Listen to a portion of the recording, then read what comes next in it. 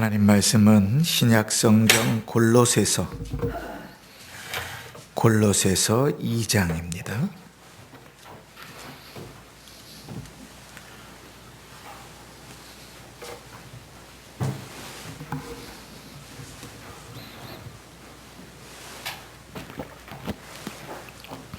골로새서 2장 6절 7절 제가 봉독할 때에 눈으로 따라 읽으시면서 하나님의 음성을 들으시기를 바랍니다. 그러므로 너희가 그리스도 예수를 주로 받았으니 그 안에서 행하되 그 안에 뿌리를 박으며 세움을 받아 교훈을 받은 대로 믿음에 굳게 서서 감사함을 넘치게 하라. 아멘. 한 주간 평안하셨습니까? 네, 오늘 추수감사절 예배로 우리가 함께 드립니다. 매년 11월 셋째 주일은 추수감사절 예배로 드립니다. 한국교회가 또 그렇게 절기를 지키기로 이게 결의한 내용이기도 하지만 또 많은 교회들은 11월 첫 주에 또 추수감사절 예배를 드리기도 합니다. 이 추수감사절은 그 성경에 우리에게 지키라 그렇게 명령하여서 지키는 것이 아니고 또 교회가 교육의 목적에 의해서 또 성경의 원리를 따라 예배를 드리면서 무엇을 하나님께서 기뻐하시는지, 어떻게 이 예배를 드려야 되는지, 이 예배의 때에 우리가 어떠한 감사를 하나님께 드려야 되는지를 다시금 돌아보면서 한 해를 정리하고 또 새로운 한 해를 시작하는 그런 기회로 삼습니다. 이 추수감사절은 원래 미국에서 처음 시작된 절기죠. 예배입니다. 영국에 있었던 청교조들이 신앙의 박해를 받을 때에 이제 메이플라워라는 배를 타고 이제 당시에는 신대륙이죠. 미국 대륙을 향해서 신대륙을 향해서 갔고 신앙의 자유를 찾아갔던 그들이 제일 처음 도착한 곳이 지금의 미국의 매사추세츠주의 플리머스라는 곳입니다. 그곳에 처음 도착했을 때가 12월 달이었습니다. 미국은 이제 하도 넓으니까요. 우리 원로 목사님 사모님 이제 자제분들도 미국에 계시지만 하도 넓으니까 시간 차이도 있고요. 같은 나라에서 온도 차이, 날씨 차이도 많은데 이 매사추세츠주는 한국하고 온도가 비슷합니다. 그래서 겨울이 있고 여름이 있고 이 정교도들이 도착했을 때가 12월 달이니까 극심한 겨울, 추운 겨울 때였습니다. 겨울에 도착했는데 춥고 먹을 음식은 없어서 배고프고 또 풍토병 가운데 질병에 시달리고 또 원주민들은 또 이방인들이 들어왔다고 공격해대고 그런 일들 속에서 어려움을 겪으면서 시간들을 지냈죠. 시간들을 지내면서 겨우 원주민들과 서로 상호 불가침 조약을 맺고 타협을 해서 원주민들에게 밀하고 옥수수를 경작하는 법을 배우고 또 원주민들이 가져다주는 동물 사냥한 것들로 끼니를 때우면서 한 해를 지냈습니다. 그렇게 그 다음에 11월 달, 그러니까 1621년 11월입니다. 그때 17세기 1621년 11월 달에 그 마지막 주일에 그들이 처음 그 땅에서 곡식을 추수한 것을 가지고 하나님께 예배를 드렸을 때가 처음 미국 사람들이 드렸던 추수감사 예배입니다. 그렇게 매년 마치 의식처럼 곡물을 가지고 하나님께 감사 예배를 드리다가 우리가 너무나 잘 아는 에브라함 링컨 대통령 때에 이제 추수감사절이 휴일로 정해져서 지금까지 내려오는 것입니다. 그러한 전통이 이제 우리나라까지 이어졌지요. 1904년에 한국인 최초의 장로가 누군가 하면 서경조 장로라는 분인데 그분의 제안으로 우리나라에서 처음 시작됐다고 한국 교회에 기록됩니다.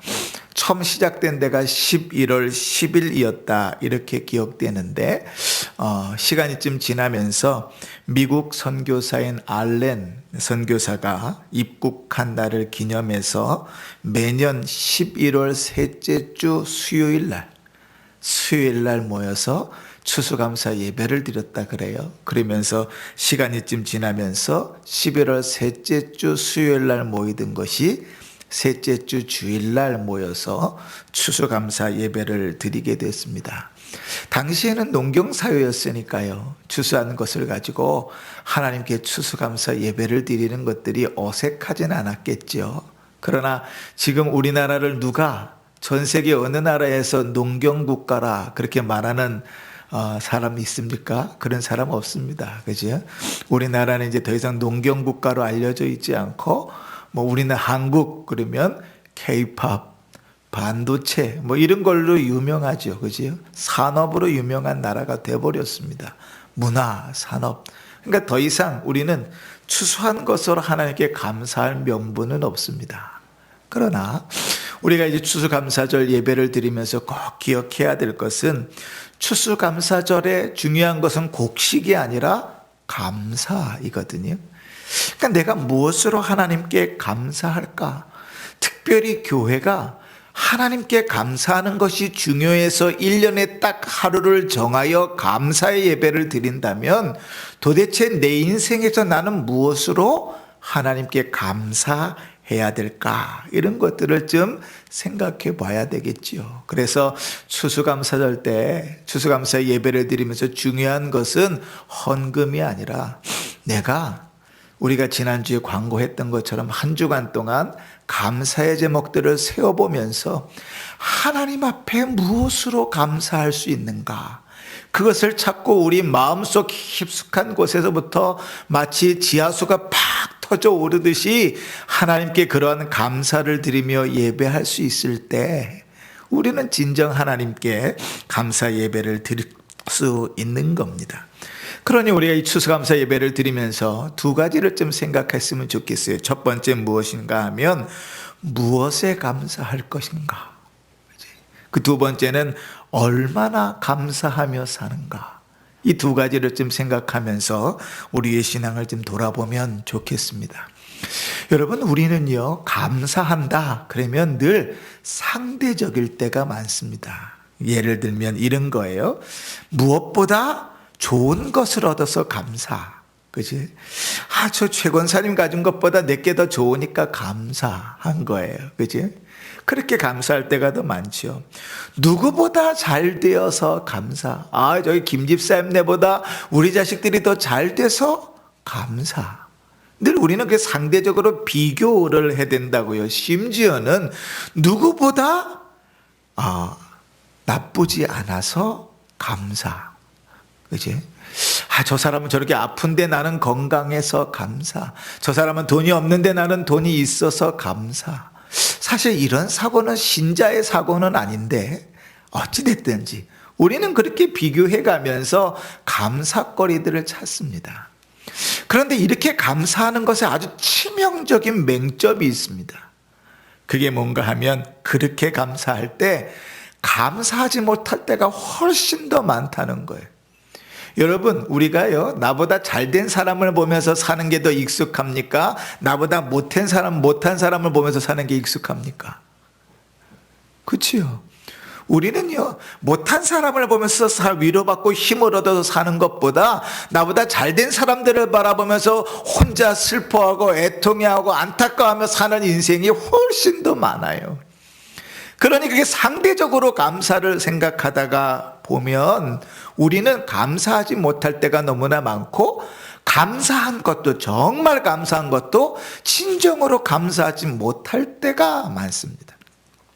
마태복음 20장에 보면 포도원의 비유가 있지요. 어떤 포도원 주인이요 밖에 나갔습니다. 인력시장에, 지금도 그런지 모르겠는데 인력시장에 가면 일꾼들이 새벽부터 자기를 좀 써달라고 기다리는 사람들이 있어요. 이스라엘 백성들은 영시가 아침 새벽 6시였으니까요 아마 그 전부터 나가서 기다렸겠지요. 이 포도원 주인이 가서 아침 6시에 일꾼들을 데려다가 자기의 포도원으로 들여보내서 일을 시켰습니다. 얼마나 감사했을까요? 많은 사람들이 택함을 받지 못했는데 하나님 그 주인 앞에 택함을 받아서 일할 거리를 얻었다는 것, 그리고 오늘 하루 일품싹을 받을 수 있다는 것, 그것으로 내 가족이 먹고 살 수 있다는 것이 얼마나 감사했을까요? 여러분, 우리 권사님들은 잘 모르시죠. 이제 이 노가다판에 가면, 우리 장로님 잘 아실지 모르겠네. 노가다판에 가면 사람들 다 겨울엔 더해요. 이만한 드럼통에 불 하나 쪄놓고 이러고 있다가 차만 오면 거기에 달려가는 거죠. 뭐 어떤 사람 필요하다 그러면 뽑혀가는데 거기 못 뽑혀가면 이제 6시, 7시, 8시 넘어서도 못 뽑혀가면 하루 다 날아가는 겁니다. 뭐 일거리 못 찾는 거거든요. 돌아가는 사람이 수두룩해요. 수두룩하다고. 하루 일당을 못 벌었으니 하루 먹고 살 일이 막막하잖아요. 그런데 아침부터 6시 그 첫 시간부터 일꾼으로 불려서 갔으니 얼마나 감사하겠어요.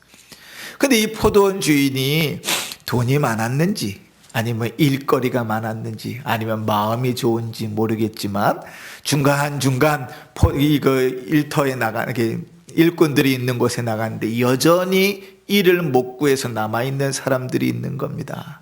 그래서 그 사람들을 나갈 때마다 계약을 하고 자기 포도원으로 들여보내고, 심지어는 저녁 5시에 저녁 6시에 일과가 마치거든요. 근데 저녁 5시에 나갔는데도 역시 노는 사람이 있어서, 일을 못 구한 사람이 있어서 그 사람을 자기의 포도원으로 들여보내서 일을 하게 합니다.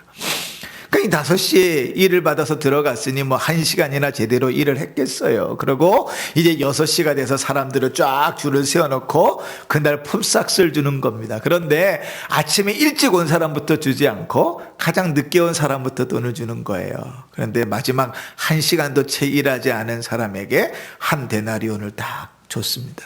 한 데나리온은 하루치 노동자 품삯이거든요. 그러니까 저 끝에 섰던 아침 6시에 왔던 일꾼이요, 내심 마음속으로 기대를 하는 거예요. 1시간도 안 한 사람을 한 데나리온을 줬으면 나는 얼마나 많이 받을까? 마음속으로 막 기대를 했는데 역시 자기 순서가 됐는데 주인이 한 데나리온만 주고 마는 겁니다. 그러니 이 사람이 너무나 마음이 상했어요. 그리고 주인에게 이렇게 말했다고 성경이 기록합니다. 마태복음 20장 11절 이하입니다. 받은 후 집주인을 원망하여 이르되 나중 온 사람들은 1시간밖에 일하지 아니하였거늘 그들을 종일 수고하여 더위를 견딘 우리와 같게 하였나이다. 아침에 들어갈 때는 그의 감사가 얼마나 컸겠어요. 왜 감사했을까요? 아직도 놀고 있는 사람들이 있는데 나는 택함을 받아서 들어갔잖아요. 그러니 얼마나 감사했겠어요. 그 어떠한 일들을 하면서도, 그 땡볕에 일을 하면서도 감사해서 일을 했겠죠. 그런데 그 감사가 하루도 채 지나기 전에 뭘로 변했어요? 불평으로 변해버렸습니다. 원망으로 변해버렸습니다. 여러분, 우리가 이렇게 상대적으로 감사할 때 우리는 정말 무엇을 감사해야 되는지조차도 잊어버릴 때가 있습니다. 정말 감사할 일인데조차도 감사하지 못하고 원망하고 불평하면서 살아갈 수도 있습니다. 그게 우리예요. 근데 신자는 그렇게 감사하는 것이 아닙니다. 신자가 감사하는 방식은 세상 사람들의 방식과 전혀 다릅니다. 신자는 절대적으로 감사를 합니다. 아까 어떻게 감사했다고요? 상대적으로 감사했다 그랬어요. 그죠? 다른 사람을 보고 다른 일을 보면서 내가 얻은 것이 좀 더 낫다고, 좀 더 좋다고 감사하며 살았단 말이에요. 그런데 그건 신자의 감사 방식이 아니에요. 신자의 감사 방식은 뭐냐? 절대적인 감사예요. 그럼 절대적인 감사라는 게 뭔가? 오늘 말씀을 한번 보십시다. 6절로 넘어가셔서 6절, 7절을 같이 읽어보십시다. 큰 소리로 시작. 그 안에서 행하되 그 안에 뿌리를 박으며 세움을 받아 교훈을 받은 대로 믿음에 굳게 서서 감사함을 넘치게 하라. 아멘. 이 말씀에 사도가 세 가지 지침을 이야기합니다. 첫 번째 무엇인가 하면 너희가 그리스도를 주로 받았으니 그 안에서 행하라. 두 번째는 그 안에 뿌리를 박으며 세움을 입어라. 세 번째는 교훈을 받은 대로 믿음에 굳게 서라. 이 세 가지를 얘기합니다. 이 얘기를 다시 쉽게 풀어내면 이런 것입니다. 너희가 예수의 복음을 듣고 구원을 얻었으니 그 구원을 얻은 그리스도에게 뿌리를 받고 하나의 말씀을 따라 신실하게 믿음에서 굳게 자라나라. 이렇게 말하는 거예요. 그리고 나서 그 뒤에 뭐라고 연결되죠? 감사함을 넘치게 하라. 너희가 예수를 주로 받았으니 너희가 그 안에 뿌리를 받고 그 안에서 믿음이 잘 자라나면 뭐가 돼요? 너희 안에 감사함이 넘쳐난다. 이건 당연히 따라오는 반응입니다. 그러니까 우리가 예수를 구주로 받고 믿음 안에서 굳건히 서면 그 속에는 감사가 넘쳐나는 거예요. 컵에다가 물을 붓기 시작합니다. 물을 이렇게 붓기 시작하면 물이 차오를 거잖아요. 그죠? 근데 멈추지 않으면 어떻게 돼요? 그 컵에 물이 차 넘치죠. 너희에게 감사가 넘치게 하라는 말의 뜻은 딱 그 말입니다. 너희 속에서부터 감사가 흘러나와서 너의 삶 밖으로 넘치게 하라. 그런데 어떻게 너희 속에서 그렇게 감사가 넘치게 되어? 너희가 예수를 주로 받았기 때문에 너희가 믿음에 굳건히 서면 너희 안에서 감사가 넘치는 건 당연하다고 말하는 거예요. 왜 그럴까? 여러분, 예수를 구주로 받았다는 것은 세상에서 감당할 수 없는 가장 큰 것을 받은 겁니다. 우리는 아까 상대적으로 감사할 때 작은 것들을 받으면서 감사하잖아요. 이것보단 저것이 낫고 저것보단 이것이 나으니까 감사하는 거잖아요. 그래서 쉽게 불평도합니다. 왜요? 내가 가진 것보다 더 좋은 것이 있고 그것을 가지면 그것보다 더 나은 것이 있으니 우리의 감사가 쉽게 사그러드는 것 아니겠어요?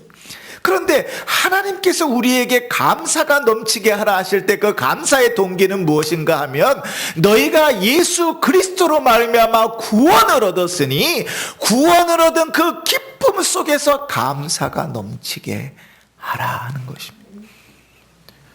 왜 우리가 구원을 얻었으면 기쁘나요? 하나님께서 우리의 구주가 되시고 하나님께서 우리의 아버지가 되시고 우리를 인도하시고 그리스도께서 우리의 구주가 되시고 그리스도께서 우리를 책임지시고 우리를 대신하여 죽으셨고 우리를 대신하여 살려내셨으니 어찌 우리가 가장 큰 것을 받지 않았을 수 있을까요? 마태복음 13장 44절에 보면 천국을 이렇게 비유했어요. 천국은 마치 밭에 감추인 보화와 같으니 사람이 이를 발견한 후 숨겨두고 기뻐하며 돌아가서 자기의 소유를 다 팔아 그 밭을 사느니라. 사랑하는 성도 여러분, 예수를 구주로 믿는다면 그 속에서 당연히 감사는 흘러나오는 겁니다. 밭을 가다가 보화를 발견했어요. 그러면 어떻게 한다고요? 그 밭을 사기 위해서 내 전 재산을 다 팔아서 그것을 산다고요. 내가 아무리 소중하게 여기고 아무리 좋은 추억을 가지고 있는 것이라 할지라도 내가 발견한 보화보다 비교가 되지 않기 때문에 다 팔아서 보화를 사는 것이라고요. 우리가 얻은 구원은 그런 것이잖아요. 내가 정말 예수를 믿어서 예수로 말미암아 구원을 얻었다면 우리는 세상에서 가장 큰 것을 가졌는데 무엇으로 그것을 바꿀 수 있겠어요? 왜 우리 속에서 감사가 흘러나오지 않을 수 있겠어요? 영영 죽을 수밖에 없는 죄인이, 저 지옥의 문턱에서 살아가던 죄인이 우리 구주 예수 그리스도로 말미암아 내 공로가 없이 구원을 얻어 하나님의 자녀가 되었는데 어찌 우리가 감사하지 않을 수 있겠어요? 그런데 우리가 감사가 흘러나오지 않는다면 우리의 신앙이 어쩌면 두 가지 경우 중에 하나일지 모르겠습니다. 첫 번째는 우리가 구원받지 못했기 때문이에요. 구원이 무엇인지 모르는 거예요. 구원이 무엇인지 모르고 내가 구원받지 않았으니 나를 구원하신 그 은혜와 감격이 무엇인지를 모르니까 감사할 수가 없지요. 고작 내 손에 주어지는 것으로만 감사할 뿐, 나를 구원하신 주님, 나에게 영생을 주신 주님이 어떠한 의미인지를 모르니 감사가 넘칠 수가 없지요. 두 번째는 나를 구원하신 주님을 알고 나를 구원하신 주님을 고백했음에도 불구하고 그 구원의 기쁨을 다 잃어버린 거예요. 그게 무엇인지 언제적 일인지 기억조차도 나지 않는 일이 되어져 버린 거죠. 그러니 구주를 생각만 해도 내 마음이 좋거든 주 얼굴 배울 때에야 얼마나 좋으랴, 찬송가의 가사가 있잖아요. 그 고백처럼 주님을 생각만 해도 내 마음이 기쁘고 내가 죄인일지라도 나를 구원하신 주님 때문에 즐겁고 감사하고 찬양할 수 있으니 그 감사가 내 안에서 넘쳐나는 거지요. 구원받은 자에겐 반드시 당연히 따라오는 반응이 감사지요. 그러면 구원받은 자가 어떻게 절대적으로 감사하는 줄 아십니까? 하나님께서 나에게 무엇을 주시든지, 나를 인도하시는 하나님, 나보다 나를 더 잘 아시는 하나님, 내 인생을 책임지시는 하나님께서 나에게 허락하신 것이니 감사함으로 받을 수 있는 거예요. 내 생각과 내 계획과 전혀 다르게 일들이 이루어질지라도 나보다 나를 더 잘 아시는 하나님께서 내 인생을 책임지고 인도해 가시는 하나님께서 나에게 허락하신 것이니 그것이 내 생각과 내 계획과 다를지라도 감사할 수 있는 거예요. 때로는 그것이 힘들고 어렵고 고되고 역경 가운데 몰아넣을지라도 하나님을 사랑하는 자, 그 뜻대로 부르심을 입은 자에게 모든 것이 합력하여 선을 이루신다는 그 하나님을 믿기 때문에 우리는 그 고난과 고통 속에서도 우리 속에서 감사가 넘쳐날 수 있는 거예요. 이게 신자의 감사입니다. 가장 큰 것을 받았기 때문에 우리 속에서부터 감사가 넘쳐나고, 큰 것을 받았기 때문에 그 작은 모든 것들을 주님께서 책임지심을 믿고 걸어가는 것, 그게 신자의 감사입니다. 어떻게 불평할 수가 있겠어요? 날 위해서 그 몸을 버리셔서 죽으신 주님 앞에 어떻게 불평할 수가 있겠어요? 어떻게 원망할 수가 있겠어요? 그러니 여러분, 우리의 삶 속에서 감사가 터져나와야 삽니다. 우리의 속에서 진정한 감사가 터져나와야 삽니다. 우리가 주 앞에 감사하는 삶을 산다는 것은 성령이 충만하다는 증거고, 우리가 감사한 삶을 산다는 것은 성령과 동행한다는 증거입니다. 그런데 우리 수준이 세상 사람들만도 못하여 주면은 좋다고 감사하고 빼앗아 가면 안 좋다고 슬퍼하는 정도에 머물러 있다면 도대체 우리 구주는 나를 위해서 왜 죽으셨는가? 우리 구주께서 나에게 무엇을 하셨는가를 되돌아보아야 하는 것이죠. 사랑하는 성도 여러분, 우리가 감사의 절기를 받습니다.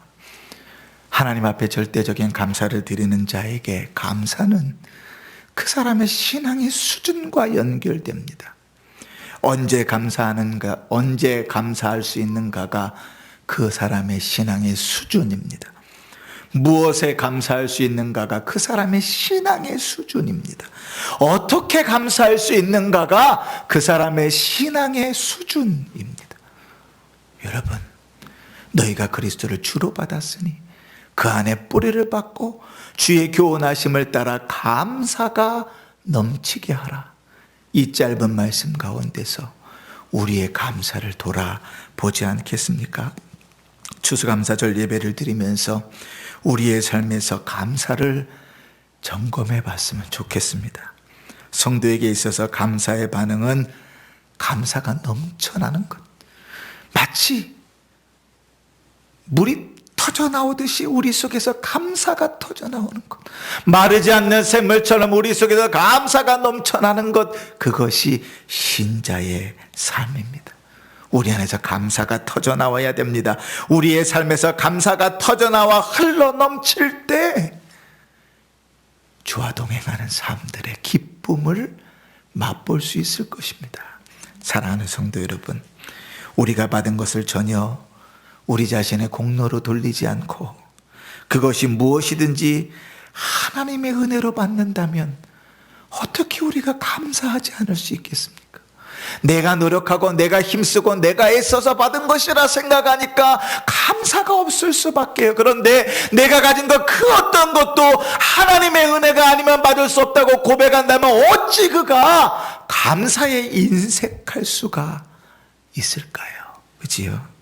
사랑하는 성도 여러분, 그래서요, 범사에 감사하라는 주의 말씀이 참으로 진리라는 사실을 우리는 깨닫게 되는 것입니다. 추수감사절 예배를 드리는 지금 우리의 삶을 돌아보면서 감사가 넘치는 삶을 살아가고 있는지 점검해 보십시다. 우리에게 감사가 아니라 불평과 불만과 원망이, 짜증이 우리 입에서 훨씬 더 많이 나온다면 우리의 모습 속에서 구원을 점검해 봐야 됩니다. 내 신앙을 점검해 봐야 됩니다. 나에게 구원의 기쁨이 있는지, 나의 구주 예수 그리스도가 정말 나의 구주로 고백되고 있는지를 점검해 보십시다. 거기서부터 진정한 감사, 절대 감사는 시작되는 것입니다. 사랑하는 성도 여러분, 이제 11월 추수감사주일에 우리가 이 예배 때만 감사 넘어가지 마시고 이 시간에 하나님 앞에 진정으로 예배하며 우리의 신앙을 돌아보면서 상대적인 감사가 아니라 절대 감사로, 하나님 앞에 합당한 감사로, 가장 큰 것을 받은 이로서의 구원 얻은 합당한 반응으로 감사와 찬송의 삶을 살아가는 복된 성도들 되시기를 주의 이름으로 축원합니다. 아멘.